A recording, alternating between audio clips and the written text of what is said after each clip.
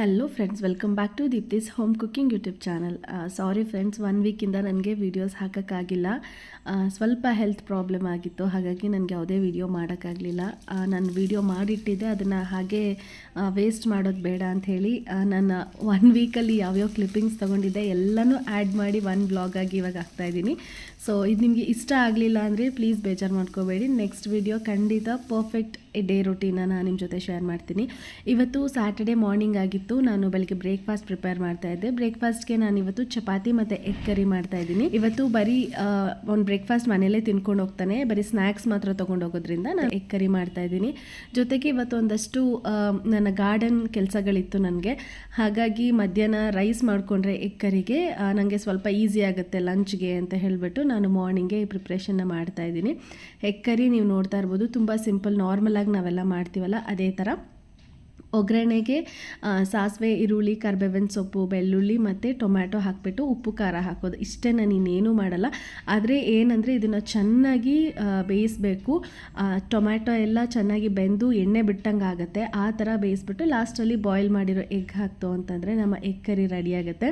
ಈ ರೆಸಿಪಿನ ನೀವು ಟ್ರಾವೆಲಿಂಗ್ ಮಾಡ್ತಿರಲ್ಲ ಅಂಥ ಟೈಮಲ್ಲಿ ಕೂಡ ಪ್ರಿಪೇರ್ ಮಾಡ್ಕೊಳ್ಬೋದು. ಎಗ್ ಬೇಡ ಅನ್ನೋರು ಜಸ್ಟ್ ಈ ಥರ ಗ್ರೇವಿ ಮಾಡಿಕೊಂಡ್ರೆ ನಿಮಗೆ ಮಿನಿಮಮ್ 1 to 2 ಡೇಸ್ ಅದು ಹಾಳಾಗಲ್ಲ, ಹಾಗೆ ಇರುತ್ತೆ.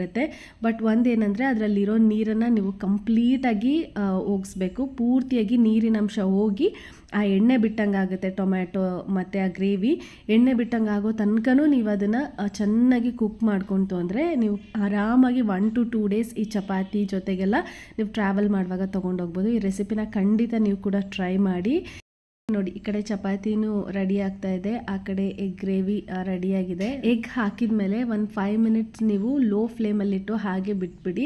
ಆವಾಗ ಮಸಾಲೆ ಎಗ್ ಎಲ್ಲ ಚೆನ್ನಾಗಿ ಇನ್ನೂ ಬ್ಲೆಂಡ್ ಆಗಿ ಚೆನ್ನಾಗಿರುತ್ತೆ. ಇವಾಗ ಇವನ್ ಸ್ಕೂಲಿಗೆ ಬಿಡಬೇಕು, ಅವನ್ನ ಬಿಟ್ಬಿಟ್ಟು ಬಂದು ಆಮೇಲೆ ನಾನು ನಿಮಗೆ ಸಿಗ್ತೀನಿ. ಈಗ ನಾನು ಬ್ರೇಕ್ಫಾಸ್ಟ್ ಮಾಡ್ತಾ ಇದ್ದೀನಿ, ಚಪಾತಿ ಮತ್ತು ಎಗ್ ಗ್ರೇವಿ. ನನ್ನ ಜೊತೆಗೇ ಜೇಸನ್ಗೂ ತಿನ್ನಿಸ್ತಾ ಇದ್ದೀನಿ. ಬಾ ಮಗನೇ. ಸೊ ನಾನು ಟಿಫನ್ ಮುಗಿಸ್ಕೊಂಡು ನಿಮಗೆ ಸಿಗ್ತೀನಿ. ಪಾಪ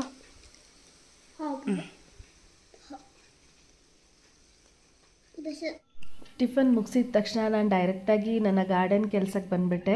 ಇವತ್ತು ಒಂದು ಸ್ವಲ್ಪ ಪಾಟ್ಸಲ್ಲಿ ಒಂದಷ್ಟು ಕಳೆಗಳೆಲ್ಲ ಬೆಳ್ಕೊಂಡಿತ್ತು, ಅದನ್ನೆಲ್ಲ ತೆಗೆದುಬಿಟ್ಟು ಸಾಯಿಲ್ನ ಸ್ವಲ್ಪ ಲೂಸ್ ಮಾಡಬೇಕು. ಆವಾಗವಾಗ ಆ ಥರ ಮಾಡೋದ್ರಿಂದ ನೀಟಾಗಿ ನೀರು ಹಾಕಿದೆಲ್ಲ ಕೆಳಗಡೆ ತನಕ ಹೋಗುತ್ತೆ.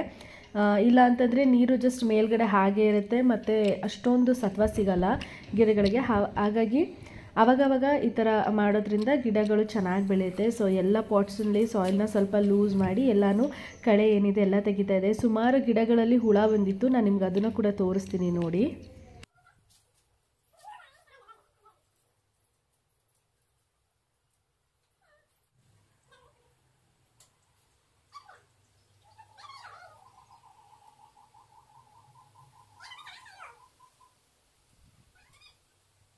ನೋಡಿ ಈ ಥರ ಆಗಿದೆ ಎಲ್ಲ, ಅದಕ್ಕೆ ಇದನ್ನೆಲ್ಲ ಫುಲ್ ಕಟ್ ಮಾಡಿದ್ದೀನಿ. ಇವಾಗ ನೋಡಬೇಕು ನೆಕ್ಸ್ಟ್ ಹೇಗೆ ಚಿಗುರುತ್ತೆ ಅಂತ. ಇಲ್ಲೂ ಒಂದು ಹ್ಯಾಂಗಿಂಗ್ ಪಾಟ್ಸ್ಗೆ ಹಾಕೋದು, ಅದು ಪೂರ್ತಿ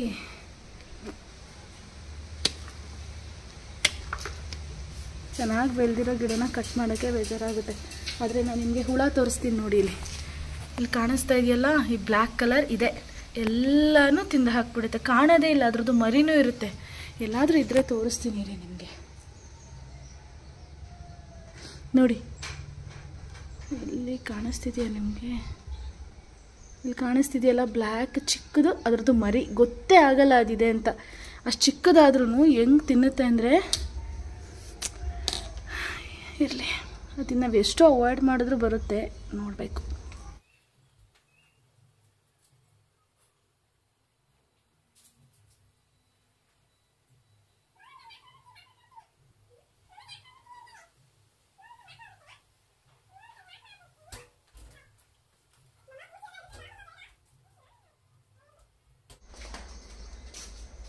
ಕಾಣಿಸ್ತಾ ಇದೆಯಾ? ಇಲ್ಲಿ ಫೋಕಸ್ ಆಗ್ತಾ ಇದೆ ನೋಡಿ. ಆ ಎಲೆ ಮೇಲೆ ಇದೆಯಲ್ಲ ಇವೆ ಪೂಚಿಗಳು.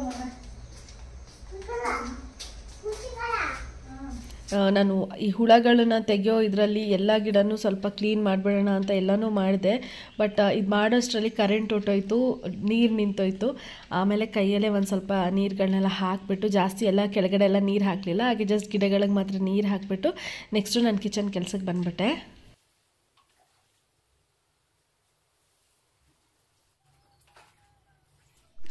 ಗಾರ್ಡನ್ ಕೆಲಸ ಮುಗಿಸಿ ಬಂದ ತಕ್ಷಣ ಅನ್ನಕ್ಕೂ ಇಟ್ಟೆ. ಈ ಕಡೆ ನಾನು ಹುಣಸೆ ಹುಳಿ ಮಾಡ್ತಾಯಿದ್ದೀನಿ.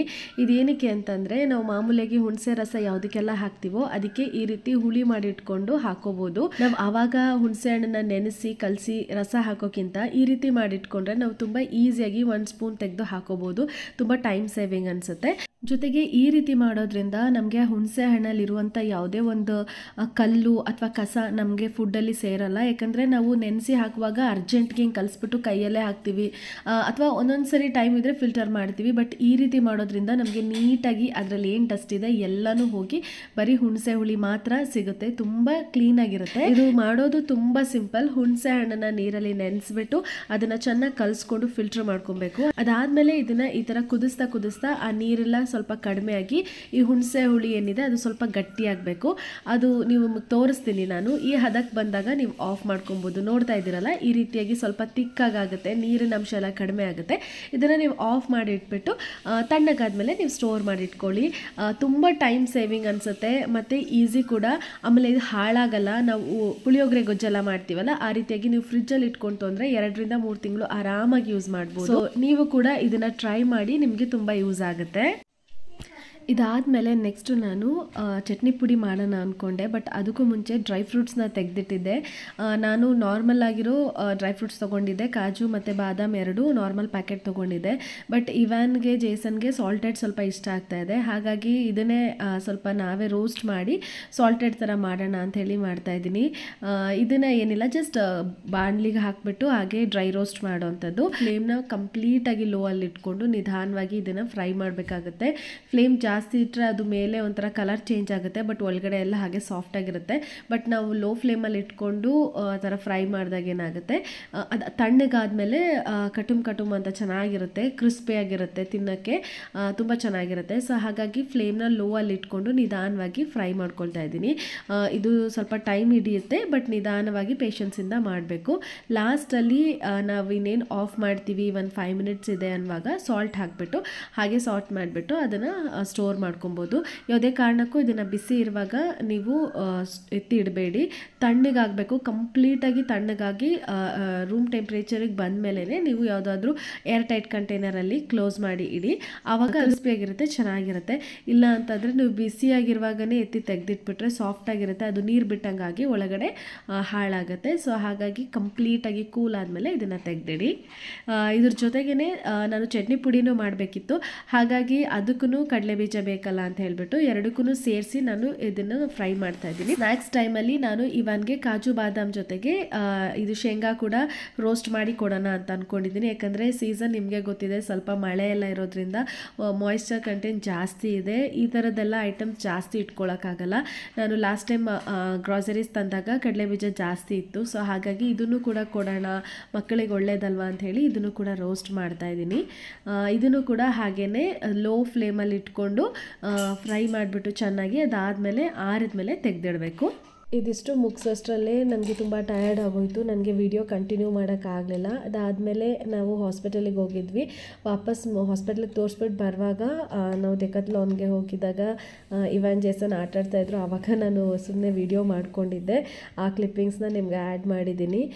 ಮತ್ತು ನಾನು ಡಾಕ್ಟ್ರ್ ಹತ್ರ ತೋರಿಸ್ಕೊಂಡು ಬಂದು ಒಂದು 2 ಡೇಸ್ ಆದಮೇಲೆ ನಾನು ಸ್ವಲ್ಪ ಪರವಾಗಿರಲಿಲ್ಲ ನನಗೆ. ಆವಾಗ ಮತ್ತೆ ನಾನು ಒಂದಷ್ಟು ಗಿಡಗಳನ್ನ ತೊಗೊಂಡು ಬಂದೆ. ಹಸ್ಬೆಂಡ್ ಬೈತಾರೆ ಅಂತ ಹೇಳಿ ಅವರು ಹೊರಗಡೆ ಹೋಗಿದ್ದ ಟೈಮ್ ನೋಡಿಕೊಂಡು ಗ್ಯಾಪಲ್ಲಿ ಹೋಗಿ ತೊಗೊಂಡು ಬಂದೆ. ನನ್ನ ಕೋ-ಸಿಸ್ಟರ್ ನಾನು ಹಾಸ್ಪಿಟ್ಲಿಗೆ ಹೋಗಿದ್ನಲ್ಲ ಅವತ್ತು ಹೋಗಿದ್ರಂತೆ ಫಾರ್ಮ್ಗೆ, ಇಲ್ಲಿ ಊರಲ್ಲಿದೆ. ಅಲ್ಲಿ ಹೋಗಿದ್ದಾಗ ಡ್ಯುಯಲ್ ಕಲರ್ದು ರೋಸಸ್ ಬಂದಿತ್ತು ಅಂತ ಹೇಳಿದ್ರು. ಅವ್ರು ತೊಗೊಂಬಂದಿದ್ರು, ಪಿಂಕ್ ಕಲರ್ ಚೆನ್ನಾಗಿತ್ತು ಅವ್ರ ಮನೇಲಿ. ಅದು ನೋಡಿ ನಂಗೆ ಭಾಳ ಆಸೆ ಆಯಿತು. ಬಟ್ ಅವ್ರು ಹೋಗಿದ್ದಾಗನೇ 2 ಇತ್ತು, ನಾನೊಂದು ತೊಗೊಂಡೆ, ಇನ್ನೊಬ್ರು ಯಾರೋ ತೊಗೊಂಡ್ಬಿಟ್ರು ಅಂತ ಹೇಳಿದರು. ಹೇಳಿದ ತಕ್ಷಣವೇ ನಾನೊಂದು 10 ಮಿನಿಟ್ಸ್ ಕೂಡ ವೆಯ್ಟ್ ಮಾಡಲಿಲ್ಲ, ತಕ್ಷಣವೇ ನಾನು ಹೊರಟೆ. ಲಕ್ಕಿಲಿ ಅವತ್ತು ಬೆಳಗ್ಗೆನೇ ಪ್ಲ್ಯಾಂಟ್ಸ್ ಎಲ್ಲ ಬಂದಿತ್ತು. ಬಂದಿತ್ತು ಅಂತೇಳಿ ಒಂದು 4 ಕಲರ್ಸ್ ಬಂದಿದೆ ಅಂತ ಕೊಟ್ಟರು. ಎಲ್ಲ ಕಲರ್ನು ತೊಗೊಂಡು ಬಂದುಬಿಟ್ಟೆ ನಾನು. ಇವಾಗ ನೀವು ಪಿಂಕ್ ಕಲರ್ ನೋಡ್ತಾ ಇದ್ದೀರಲ್ಲ, ಇದು ಗುಲ್ಕನ್ ರೋಸ್ ಅಂತ ಹೇಳ್ತೀವಲ್ಲ, ಅದು ತುಂಬ ಒಳ್ಳೆ ಸ್ಮೆಲ್ ಇರುತ್ತೆ. ಇನ್ನು ಮಿಕ್ಕಿದೆಲ್ಲ ಕೂಡ ಡ್ಯುಯಲ್ ಕಲರೇ. ಇದು ಸಿಂಗಲ್ ಲೇಯರ್, ಹೊರಗಡೆ ಯೆಲ್ಲೋ ಕಲರ್ ಮತ್ತು ಒಳಗಡೆ ಒಂಥರ ಪಿಂಕಿಶ್, ರೆಡ್ ಪಿಂಕಿಶ್, ತುಂಬ ಚೆನ್ನಾಗಿತ್ತು ಆ ಕಲರ್. ಇದು ಕೂಡ ಈ ರೇಡಿಯಮ್ ಕಲರ್, ಅದಕ್ಕೆ ಸ್ವಲ್ಪ ಪಿಂಕಿಶ್ ಟಿಂಟ್ ಇದೆ. ಇದು ಕೂಡ may be white and pink ಅಂತಲೇ ಅಂದ್ಕೊಳ್ತೀನಿ. ಅದು 2 ತೊಗೊಂಡ್ಬಿಟ್ಟಿದ್ದೀನಿ, ಗೊತ್ತಾಗಿಲ್ಲ ನನಗೆ. ಬಟ್ ಚೆನ್ನಾಗಿರುತ್ತಲ್ವ, ಇರಲಿ ಅಂತ ಹೇಳಿ ತಂದ ದಿನವೇ ಎಲ್ಲ ರೀಪಾಟ್ ಮಾಡಿ ಇದೆಲ್ಲ ಕೆಲಸ ಹೇಳ್ತೀನಿ. ಹಸ್ಬೆಂಡ್ ಬರೋಕ್ಕೆ ಮುಂಚೆ ಮಾಡಿರೋದು, ಯಾಕಂದರೆ ಹುಷಾರಿಲ್ಲ, ಇವಾಗ ತಾನೇ ಡಸ್ಟ್ ಅಲರ್ಜಿ ಎಲ್ಲ ಆಗಿದೆ, ಮತ್ತೆ ಬೈತಾರೆ ಇದೆಲ್ಲ ಮಾಡಿದ್ರೆ. ಎಲ್ಲ ಪ್ಲಾಂಟ್ಸ್ನು ಪಾಟಿಗೆ ಹಾಕಿಬಿಟ್ಟು ಒಂದು ಪ್ಲೇಸಲ್ಲಿ ಇಟ್ಟೆ. ಸ್ವಲ್ಪ ಹೊತ್ತಿಗೆ ಮಳೆ ಕೂಡ ಬಂತು. ಆ್ಯಕ್ಚುಲಿ ಮಳೆ ನೀರು ಬಿದ್ದರೆ ತುಂಬ ಚೆನ್ನಾಗಿ ಬೆಳೆಯುತ್ತೆ. ಅದು ಪಾಟಿಗೆ ಹಾಕಿದ ತಕ್ಷಣವೇ ಮಳೆ ಬಂತಲ್ಲ, ನನಗಿನ್ನೂ ತುಂಬ ಖುಷಿಯಾಯಿತು. ಸೊ ಹೋಪ್ಫುಲಿ ಇದೆಲ್ಲ ಚೆನ್ನಾಗಿ ಬೆಳೆಯುತ್ತೆ. ಫ್ಲವರ್ಸ್ ಎಲ್ಲ ಬಿಟ್ಟಾಗ ನಾನು ನಿಮಗೆ ಖಂಡಿತ ತೋರಿಸ್ತೀನಿ. ನೀವಿವಾಗ ನೋಡ್ತಾ ಇದ್ದೀರಲ್ಲ, ಇದು ಇವತ್ತೇ ಮಾಡಿರೋಂಥ ವಿಡಿಯೋ. ಹೂಗಳೆಲ್ಲ ಅರಳಿತ್ತು, ನೀವು ನೋಡಿದ್ರಲ್ವ. ನಾನು ಹೇಳ್ದಲ್ಲ ಪಿಂಕಿಶ್ ರೆಡ್ ಇದೆ, ಹೊರಗಡೆ ಎಲ್ಲೋ ಅಂತ. ಆ ಫ್ಲವರ್ ಮತ್ತು ವೈಟ್ ಆ್ಯಂಡ್ ಪಿಂಕ್ ಕೂಡ ಇವಾಗ ಅರಳಿದೆ. ತುಂಬ ಖುಷಿಯಾಯಿತು ನನಗೆ. ಇನ್ನು ಮಿಕ್ಕಿದ್ದ 3 ಗಿಡಗಳು ಇನ್ನೂ ಅರಳಿಲ್ಲ. ನೋಡೋಣ, ಅದನ್ನು ಕೂಡ ನಾನು ನಿಮ್ಮ ಜೊತೆ ಫ್ಯೂಚರಲ್ಲಿ ಶೇರ್ ಮಾಡ್ತೀನಿ. ನಿಮಗೆ ಈ ವಿಡಿಯೋ ಇಷ್ಟ ಆಗಿದೆ ಅಂತ ಅಂದ್ಕೊಳ್ತೀನಿ. ಈ ವಿಡಿಯೋ ಇಷ್ಟ ಆಗಿದ್ರೆ ಪ್ಲೀಸ್ ನನ್ನ ಚಾನಲ್ನ ಲೈಕ್ ಮಾಡಿ, ಶೇರ್ ಮಾಡಿ, ಹಾಗೆ ಸಬ್ಸ್ಕ್ರೈಬ್ ಮಾಡ್ಕೊಳ್ಳಿ. ನಿಮ್ಮನ್ನು ಇನ್ನೊಂದು ಇಂಟ್ರೆಸ್ಟಿಂಗ್ ಆಗಿರೋ ವಿಡಿಯೋ ಅಥವಾ ಇನ್ನೊಂದು ಇಂಟ್ರೆಸ್ಟಿಂಗ್ ಆಗಿರೋ ರೆಸಿಪಿ ಜೊತೆ ಮೀಟ್ ಮಾಡ್ತೀನಿ. ಅಲ್ಲಿವರೆಗೂ ಬಾಯ್.